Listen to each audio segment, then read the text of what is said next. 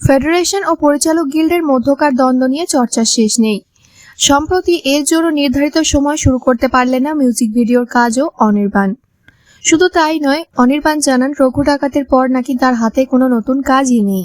Federation ও পরিচালক গিল্ডের চর্চায় যাদের নাম বারবার উঠে এসেছে তাদের মধ্যে অনির্বাণ অন্যতম হলেন। তার সঙ্গে টেকনিশিয়ানদের অসহযোগিতার কথা বারবার শোনা গেছে, এর ফলে তার কাজে নানা সমস্যাও তৈরি হয়েছে।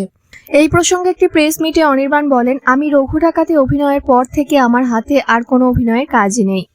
সেক্ষেত্রে এখন কোনো অসুবিধা হচ্ছে না, কিন্তু এবার যদি দেখা যায় সেটা আরও 3 মাস পর, 6 মাস পর কেউ আমাকে অভিনয়ের জন্য ডাকছেনই না, তখন নিশ্চয়ই আমার মনে একটা প্রশ্ন উদয় হবে যে তাহলে মনে হয় আমার ঘটি মাটি সব হাওয়া করে দেওয়া হলো, মানে আমার অভিনয়ও বন্ধ হয়ে গেল। তাকে কি কোনোভাবে সাইডলাইন করে দেওয়ার চেষ্টা চলছে?